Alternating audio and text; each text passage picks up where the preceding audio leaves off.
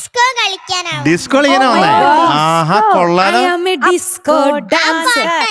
പിന്നെ ഏത് പാട്ടാ? സിന്ദൂരത്തിലകവുമായി. ആഹാ, കൊള്ളാലോ. പദ മാസ്റ്റർ രഘു അഭിനയിച്ച പാട്ടാണ്.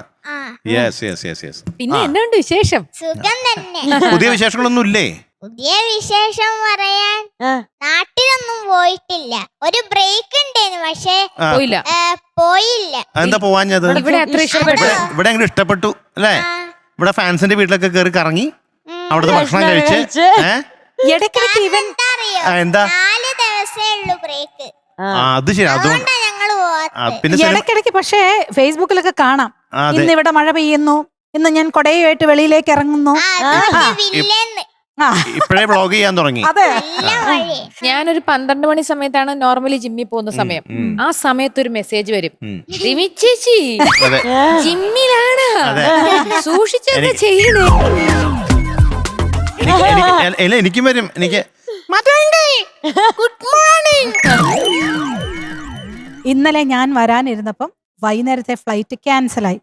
അപ്പൊ ഈ കുഞ്ഞൻ എനിക്ക് ബിന്നിയാൻറ്റി എവിടെയാ, വരുവാണോ എന്തോ ചോദിച്ചപ്പോ ഞാൻ പറഞ്ഞു, മോനെ ഫ്ലൈറ്റ് ക്യാൻസലായി, അതുകൊണ്ട് ഞാൻ വരുന്ന കാര്യം അറിയില്ല, മിക്കവാറും വരില്ല.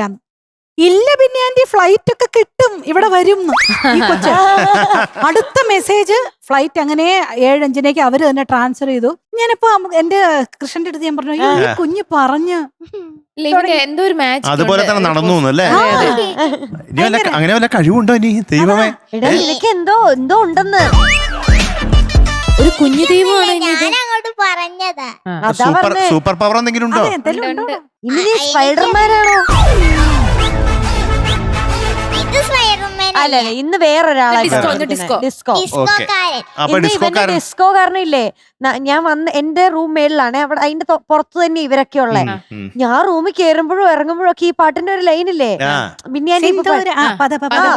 ഇവനത് ഒച്ചത്തിൽ അത് തന്നെ അത് ഞാൻ അതൊക്കെ കേട്ടാണ് ഇന്ന് ഒരുങ്ങിയതും ഇറങ്ങി വരുന്നത് വരെ മഴയത്തിരുന്ന് ഇത് പാടുന്നുണ്ടായിരുന്നു. ഭയങ്കര പ്രാക്ടീസ് ആയിരുന്നു.